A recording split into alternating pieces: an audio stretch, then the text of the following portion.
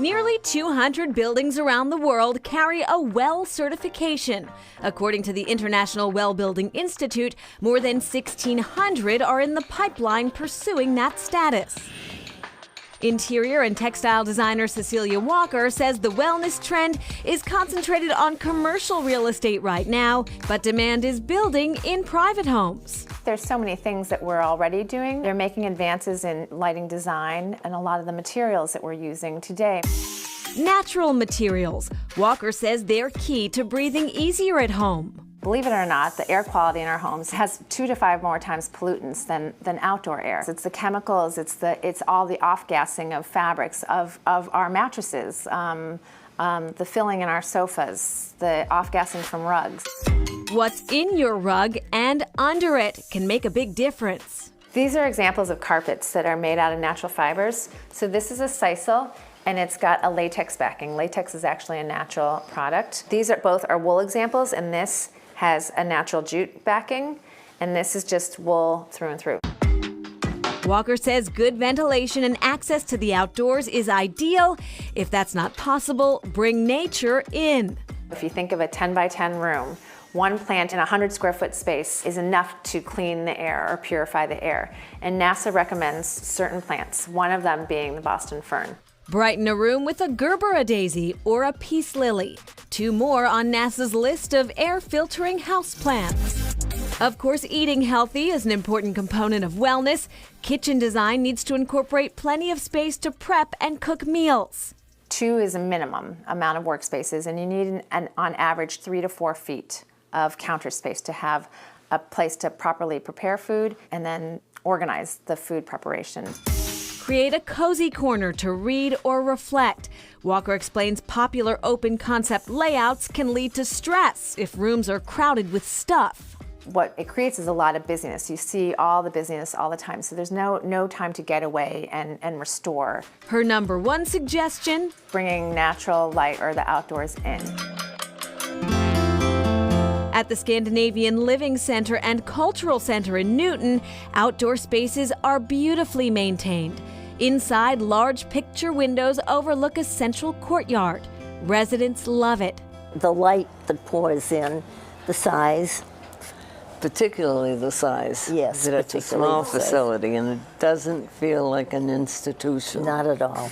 She's 17, so she's a senior too. Wynn Barnard and Alice Dirquist are good friends. They live in 2 of 40 apartments in this assisted living center based on Scandinavian principles. Joe Corella has been on a mission to transform elder care since he was 17. I tore my ACL, and by accident, I was told at the hospital, pediatric ward is closed, we're going to put you in the geriatric ward. 4 days, 4 nights, I was transformed. It was the worst experience I've ever had.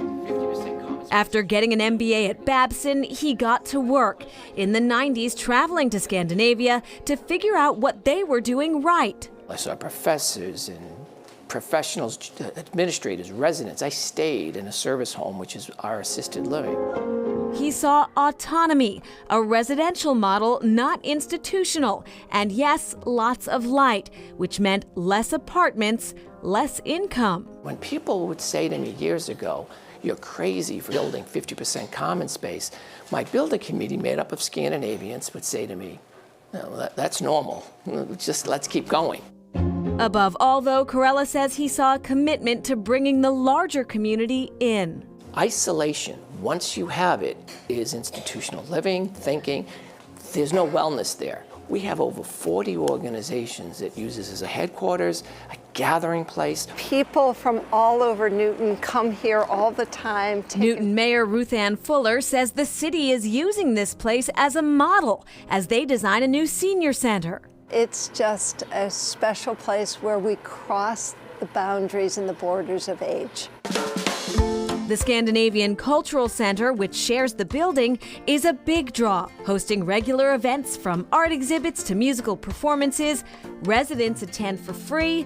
Everyone else is a paying customer. We get the broadest audience from our food festival, which happens every September, and we have over 500 people that visit the front lawn and taste Scandinavian treats and enjoy music. But we've had people from as far as Washington State, down to Florida. It's a passing parade. It is. It's like a hotel lobby all the time. And you're not looking at the same thing all the time. Same old faces. And you have lots of choices. And the opportunity for new experiences at any age. Alice feels so good, she's gone back to work. Good afternoon, Scandinavian Living Center. How She's may the part-time receptionist and says she couldn't ask for a better commute.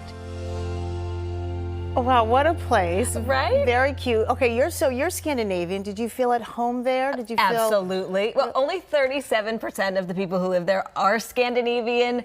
Scandinavian on my mother's side, Swedish. So I was trying to get the dollar horses into all the shots, which are the Swedish horses, but it's fun. So you are redoing a home. Yes. Paint, Cecilia Walker says It's very stressful. Neutrals, blues, I'm greens. in line. I'm in line. But she also says no reds or bright oranges. No. Why? No, because it's bringing the outdoors in. Those just to hype you up, you know. Okay. All right. Meantime, the NASA houseplants, more on our website. Okay. Next job interview, ask about the health and wellness benefits.